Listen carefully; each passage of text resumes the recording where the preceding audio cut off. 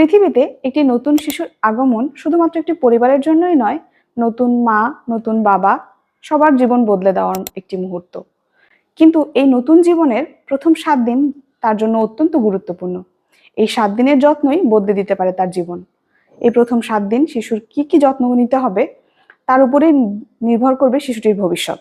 শিশুটি সুস্থভাবে বেড়ে উঠবে নাকি শিশুর সামনে কোনো বিপদ অপেক্ষা করছে।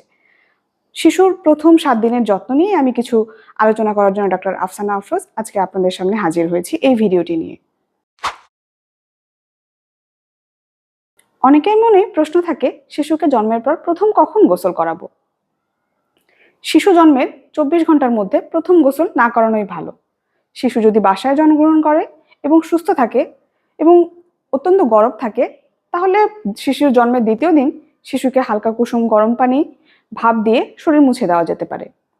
অনেক সময় হাসপাতালে শিশু যদি থাকে, সুস্থ থাকে, হাসপাতালে প্রথম গোসলটি করিয়ে দেওয়া হয়। সেক্ষেত্রে বাসায় গিয়ে তারপর গোসল করাতে পারে। শিশুকে গোসল করানোর সময় অবশ্যই সাবধান থাকতে হবে যেন চোখ, কান, নাক দিয়ে পানি প্রবেশ না করতে পারে।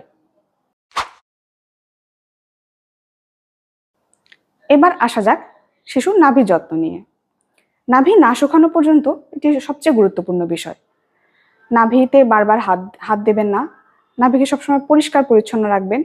প্রতিদিন 2বার শুকনো গজ বা কটন দিয়ে নাভির চারপাশ মুছে দিবেন।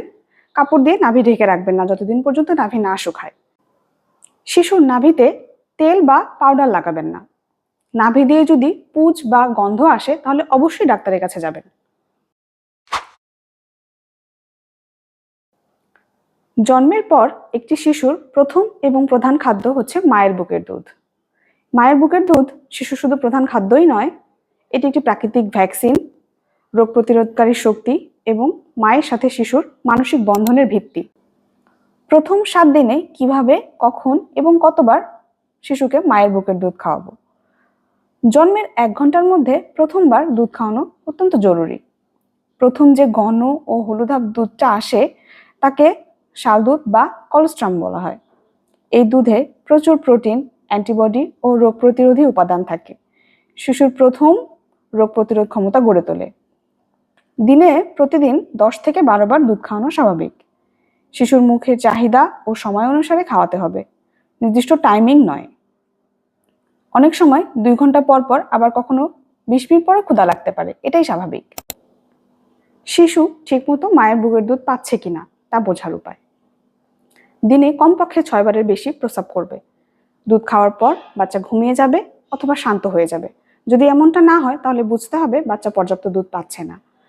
বাচ্চার ওজন যদি দিনে দিনে কমতে থাকে, এটি সবচেয়ে বড় সংকেত যে বাচ্চা সঠিকভাবে দুধ পাচ্ছে না। এবার আসি শিশুকে খাওয়ানোর নিয়ম ও পজিশন নিয়ে। শিশুকে খাওয়ানোর সময় মা আরামদায়ক ভঙ্গিতে বসবেন বা শুয়ে থাকবেন। শিশুর মাথা ও শরীর এক লাইনে থাকবে। শিশুর মুখ পুরো নিপল ও এর আশেপাশের গাঢ় অংশ সহ নিয়ে নেওয়া উচিত। শিশুর নাক নিপলের উপরে থাকবে, থুতনি নিচে থাকবে। শিশুর ত্বক অত্যন্ত কোমল এবং সংবেদনশীল, তাই ডায়পার ব্যবহারের সময় অবশ্যই সতর্ক থাকতে হবে, না হলে ডায়পার র্যাশ, শিশুর অস্বস্তি বা ইনফেকশন হতে পারে। ডায়পার যদি আমরা সতর্কভাবে ব্যবহার করতে পারি তাহলে শিশু থাকবে স্বস্তিতে, আপনি থাকবেন নিশ্চিন্তে। প্রতি 3 থেকে 4 ঘন্টা পর ডায়পার চেঞ্জ করা উচিত। কিন্তু যদি বাচ্চা পায়খানা করে দেয় তাহলে অবশ্যই সাথে সাথে ডায়পার চেঞ্জ করতে হবে।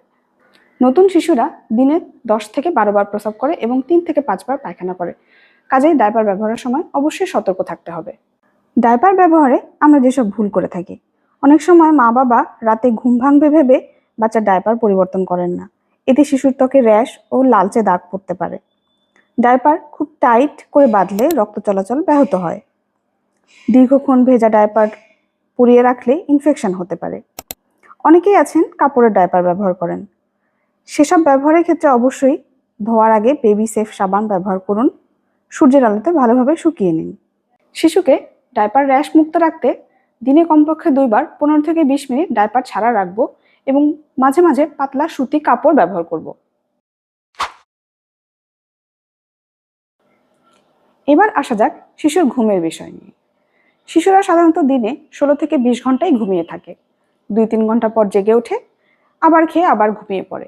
অনেক শিশুই আছে ঘুমের মধ্যে চোখ নাড়ায়, হালকা মুখ নাড়ায়, হালকা শব্দ করে, এগুলো খুবই স্বাভাবিক বিষয়।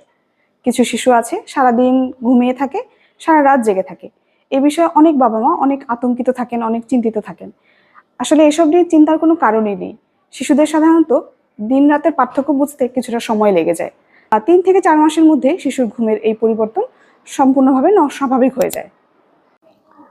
ঘুমানোর সময় শিশুকে পিঠের উপর ঘুমাতে দিন। এতে সাডেন ইনফ্যান্ট ডেথ সিনড্রোম বা শিশুর আকস্মিক মৃত্যু প্রতিরোধ করা যায়। শিশুর মাথা সামান্য এদিক ওদিক ঘুরিয়ে রাখতে পারেন, যাতে সে তার বমি গিলে ফেলতে না পারে।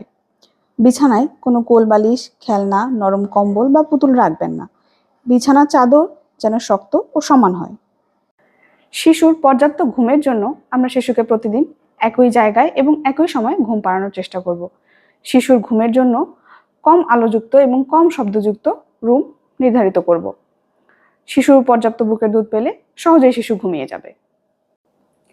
আজকের এই ভিডিওটিতে আমি শিশুর প্রথম 7 দিনের যত্ন সম্পর্কে কিছুটা ধারণা দেবার চেষ্টা করেছি। আশা করি যারা হবু বাবা মা আছেন বা নতুন বাবা মা হয়েছেন তাদের জন্য ভিডিওটি সহায়ক হবে। নবজাতক সম্পর্কে আপনাদের যদি কোনো প্রশ্ন থাকে, আমি ডক্টর আফসানা আফরোজ আমার সাধ্যমতো চেষ্টা করব আপনাদের উত্তর দিতে। আপনারা দয়া করে আপনাদের প্রশ্নগুলো কমেন্ট বক্সে কমেন্ট করবেন। আমি চেষ্টা করব আপনাদের সঠিক উত্তর দিয়ে সহায়তা করতে। আজকের মতো এখানেই শেষ করছি। আসসালামু আলাইকুম, সবাই ভালো থাকবেন। আল্লাহ হাফেজ।